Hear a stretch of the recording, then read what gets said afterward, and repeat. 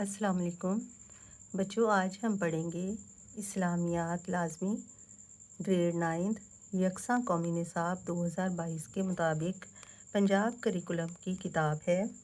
اس کا پہلا سبق ہم پڑھیں گے۔ پہلا سبق ہے قرآن مجید کا تعارف۔ قرآن مجید کا تعارف اور اس کے ساتھ ہے قرآن مجید کی تدوین اور اس کی حفاظت۔ قرآن مجید کی تدوین کیسے کی گئی؟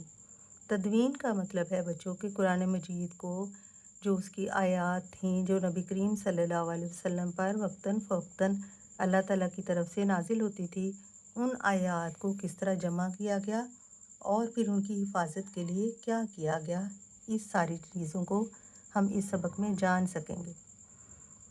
تو یہی سارے اس کے حاصلات تعلم ہیں، یعنی تدریسی مقاصد بھی یہی ہے کہ ہم قرآن مجید کے نزول کو، قرآن مجید کی تدوین کو، اس کی حفاظت کو جان سکیں۔ سب سے پہلے ہم اس کی ریڈنگ کریں گے۔ لفظ قرآن قرأت سے ہے۔ قرأت کا مطلب ہوتا ہے پڑھنا۔ قرآن مجید چونکہ ایک ایسی واحد کتاب ہے جو دنیا میں سب سے زیادہ پڑھی جاتی ہے، اس لیے اسے قرآن کہا جاتا ہے۔ قرآن مجید اللہ تعالیٰ کی آخری کتاب ہے جو اس نے اپنے آخری نبی حضرت محمد صلی اللہ علیہ وسلم پر نازل فرمائی۔ یہ اللہ تعالیٰ کا کلام ہے جو اللہ تعالیٰ کے مقرب فرشتے، مقرب کا مطلب ہے بچوں جو اللہ تعالیٰ کے قریبی فرشتے، سب سے زیادہ قریب جو فرشتہ ہے اللہ تعالیٰ کے، وہ ہیں حضرت جبرائیل علیہ السلام۔ ان کے ذریعے قرآن مجید نازل ہوا۔ قرآن مجید کو اللہ تعالیٰ نے تقریباً 23 سال کے عرصے میں آہستہ آہستہ حالات و واقعات اور ضرورت کے مطابق نازل فرمایا۔ اب اس لائن کی میں وضاحت کر دوں کہ حالات و واقعات اور ضرورت کا کیا مطلب ہے۔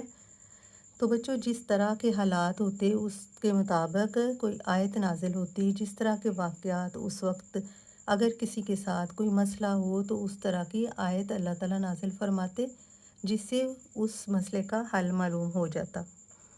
یہ کتاب قیامت تک آنے والے انسانوں کے لیے رشد و ہدایت اور رہنمائی کا ذریعہ ہے۔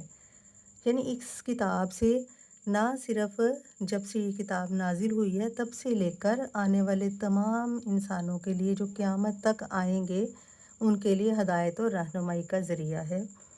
یہ قرآن مجید کا معجزہ ہے کہ اسے پڑھنے والا اکتاہٹ کا شکار نہیں ہوتا۔ یعنی جب قرآن مجید پڑھا جاتا ہے تو اس میں سکون محسوس ہوتا ہے اور ہر لمحہ نئی لذت اور سرور حاصل ہوتا ہے۔ ایک ایسا لطف اور سکون انسان کو محسوس ہوتا ہے کہ قرآن پاک پڑھنے کے بعد اسے چھوڑنے کو دل نہیں چاہتا۔ اس کے بعد ہے دوسرا ٹاپک بچوں، محفوظ ترین کتاب۔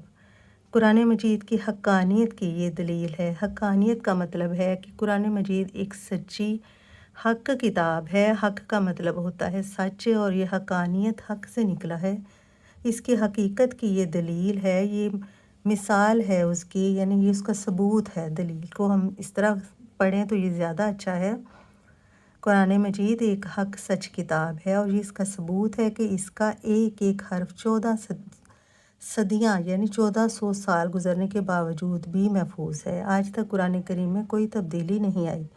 قرآن مجید کے الفاظ کی طرح اس میں بیان کی گئی معلومات بھی قرآن مجید کے اعجاز کی دلیل ہیں۔ یعنی جو بھی قرآن مجید کے اندر معلومات ہیں ان میں بھی کوئی تبدیلی نہیں آئی۔ یہ بھی اللہ تعالیٰ کا ایک معجزہ ہے۔ قرآن مجید دنیا کی واحد کتاب ہے جو آج تک اسی طرح محفوظ ہے جس طرح نازل ہوئی تھی۔ قرآن مجید قیامت تک آنے والے انسانوں کے لیے ہدایت و رہنمائی کا ذریعہ ہے۔ یہی بچوں ہم نے یہاں بھی پڑھا ہے۔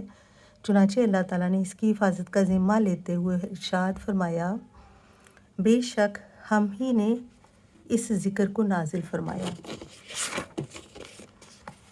یہاں بچوں میں آپ کو سامنے کر کے دکھاتی ہوں کہ بے شک ہم نے ہی اس ذکر کو نازل فرمایا۔ اللہ تعالیٰ فرماتے ہیں کہ یہ جو کتاب ہے اس کو 1400 سال گزرنے کے باوجود بھی اس میں کوئی تبدیلی نہیں آئی، اور بے شک ہم نے ہی اس ذکر کو نازل فرمایا ہے اور ہم ہی اس کی حفاظت فرمانے والے ہیں۔ یعنی آج تک اس کی حفاظت کا یہ ثبوت ہے کہ اس میں کوئی رد و بدل نہیں کیا گیا۔ اور قرآن مجید کی عالمگیریت کیا ہے؟ قرآن مجید اللہ تعالیٰ کی آخری اور عالمگیر کتاب ہے۔ عالمگیر ہوتا ہے کہ بہت عظیم ہونا، ایک ایسی عظیم کتاب ہے کہ اس کے بعد کسی اور کتاب کی گنجائش ہی باقی نہیں رہتی۔ جس طرح نبی کریم صلی اللہ علیہ وسلم اللہ تعالیٰ کے آخری نبی ہیں اور آپ صلی اللہ علیہ وسلم کی رسالت تمام جہانوں کے لیے ہے۔ رسالت یعنی آپ صلی اللہ علیہ وسلم کا رسول ہونا صرف کسی ایک قوم کے لیے نہیں تھا، تمام جہانوں کے لیے تھا۔ اسی طرح آپ صلی اللہ علیہ وسلم پر نازل ہونے والی کتاب بھی تمام بنی نوع انسان کے لیے رشد و ہدایت کا یعنی سچائی اور ہدایت دکھانے کا سرچشمہ ہے، مرکز ہے۔ قرآن مجید کسی خاص قوم یا وقت کے لیے نہیں بلکہ قیامت تک کے تمام انسانوں کے لیے رہنمائی کا ذریعہ ہے۔ عہد رسالت میں جمع و تدوین قرآن مجید یعنی جب نبی کریم صلی اللہ علیہ وسلم کا دور تھا، عہد زمانہ کہتے ہیں، رسالت اس وقت جب نبی کریم صلی اللہ علیہ وسلم رسول بنے، نبی بنے۔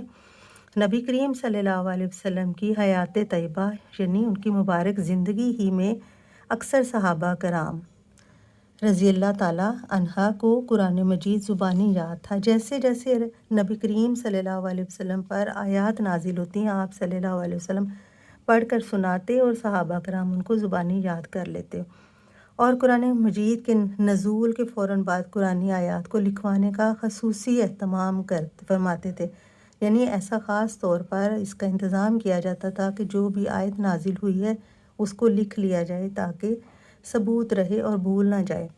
لیکن اس وقت بچوں لکھنے کے لیے کوئی اس طرح کی چیزیں کاغذ قلم نہیں تھا، اس لیے قرآن مجید کو اکثر پتھر کی سلوں پر، پتھر کے بہت بڑے بڑے ٹکڑوں پر، چمڑے پر، کھجور کی چھال پر، کھجور کا جو درخت تھا اس کی چھال، اس کا جو اوپر والا حصہ ہوتا ہے اس کو چھال کہتے ہیں، اس پر لکھا جاتا تھا، اور اونٹ کے شانے کی ایسی ہڈی پر لکھا جاتا تھا۔ اونٹ کو جب ذبح کرتے ہیں تو اس کے شانے کی ہڈی چوڑی ہوتی ہے، اس پر قرآن کریم کی آیات کو لکھا جاتا تھا جو خاص اسی مقصد کے لیے تیار کی جاتی تھی۔ یوں قرآن مجید عہد نبوی میں یا نبی کریم صلی اللہ علیہ وسلم کے زمانے میں ہی مکمل حفظ ہونے کے ساتھ ساتھ مختلف جگہوں پر لکھا ہوا موجود تھا۔ اس کے بعد کا جو عنوان پڑھتے ہیں عہد صحابہ کرام، جب نبی کریم صلی اللہ علیہ وسلم کا وصال ہوا تو پھر صحابہ کرام کا ایک زمانہ آ گیا، اس میں قرآن کریم کو جمع کر کے ایک صحیفے کی یعنی کتاب کی شکل دینا ضروری ہو گیا۔ وہ کس لیے ضروری ہوا؟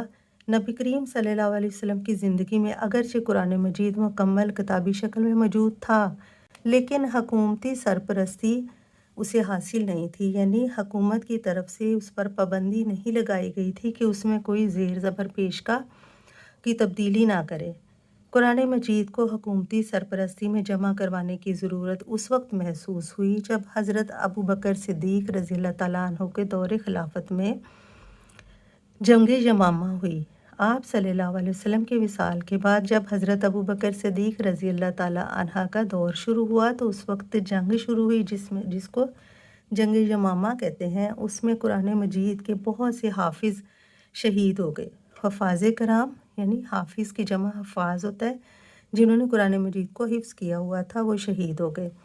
اللہ تعالیٰ کی مدد سے مسلمانوں کو اس جنگ میں فتح تو نصیب ہوئی، لیکن اس وقت یہ محسوس کیا گیا کہ اگر مستقبل میں بھی اسی طرح حفاظ کرام شہید ہو گئے، کوئی اور جنگ ہوئی اور وہ علماء شہید ہو گئے جن کے سینے میں قرآن مجید حفظ تھا، تو کہیں قرآن مجید کا کوئی حصہ ضائع نہ ہو جائے، کوئی ایسا حصہ نہ رہ جائے جو لکھا نہ جا سکے۔ اس طرح حضرت ابو بکر صدیق رضی اللہ تعالیٰ عنہ نے حضرت عمر فاروق رضی اللہ تعالیٰ عنہ اور دیگر جلیل القدر صحابہ کرام یعنی جو کہ سمجھدار اور نبی کریم صلی اللہ علیہ وسلم کے زمانے کے ایسے سمجھدار صحابہ کرام تھے جن سے مشورہ لیا جاتا تھا، ان سے مشورے ہوئے، ان کے مشورے سے قرآن مجید کی جمع تدوین کا آغاز کیا گیا، یعنی قرآن مجید کو جمع کر کے اس کو دوبارہ سے ایک کتاب کی شکل دے کر حکومت کی سرپرستی میں دینے کا آغاز ہوا، یعنی اس کو شروع کیا گیا۔ حضرت ابو بکر صدیق رضی اللہ تعالیٰ عنہ نے صحابہ کرام رضوان اللہ کے مشورے سے مشہور قاری حضرت زید بن ثابت رضی اللہ تعالیٰ عنہ کو اس عظیم کام کی تکمیل کے لیے منتخب کیا، یعنی یہ عظیم کام مکمل کرنے کے لیے حضرت زید بن ثابت کو منتخب کیا گیا، ان کو چنا گیا۔ حضرت زید بن ثابت رضی اللہ تعالیٰ عنہ عہد رسالت میں یعنی نبی کریم صلی اللہ علیہ وسلم کے زمانے میں وحی کی کتابت کا فریضہ سر انجام دیا کرتے تھے۔ جو وحی نازل ہوتی تھی نبی کریم صلی اللہ علیہ وسلم پر، حضرت زید بن ثابت اس کو فوراً لکھ لیا کرتے تھے۔ حضرت زید بن ثابت رضی اللہ تعالیٰ عنہ کی سربراہی میں قائم کمیٹی نے مسلسل اور انتہائی محنت سے قرآن مجید کو ایک مصحف کی صورت میں جمع کیا۔ یعنی حضرت زید بن ثابت جو ہیں انہوں نے ایک کمیٹی بنائی اور بہت محنت کے ساتھ قرآن مجید کو ایک کتاب کی شکل دے کر اسے لکھا۔ قرآن مجید کا یہ نسخہ حضرت ابوبکر صدیق رضی اللہ تعالیٰ عنہ کے پاس موجود رہا، جو آپ رضی اللہ تعالیٰ عنہ کی وفات کے بعد حضرت عمر فاروق کو منتقل ہو گیا۔ یعنی حضرت ابوبکر صدیق رضی اللہ تعالیٰ عنہ کے پاس جو قرآن مجید تھا وہ ان کی وفات کے بعد جب حضرت عمر فاروق خلیفہ بنے تو ان کے پاس آ گیا، اور پھر حضرت عمر فاروق نے اس کی حفاظت کی۔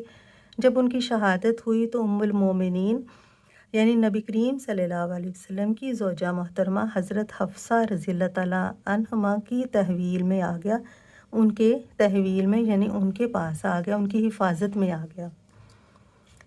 حضرت عثمان رضی اللہ تعالیٰ عنہ کے عہد خلافت میں، اب اس کے بعد حضرت عمر فاروق کی شہادت کے بعد حضرت عثمان خلیفہ بنے، تو ان کے دور خلافت میں جب مختلف قراتوں اور لہجوں میں قرآن مجید کی تلاوت پر اختلاف پیدا ہوا، اس کا مطلب ہے بچوں کہ مختلف طریقوں سے قرآن مجید کو پڑھا جانے لگا، مختلف طریقوں سے اس کی تلاوت کی جانے لگی، اور کوئی لفظ کسی طرح پڑھا جاتا تھا، کوئی لفظ دوسری طرح پڑھا جاتا تھا، اور ان میں اختلاف پیدا ہوا، یعنی پھر جھگڑا ہونے کا خوف تھا۔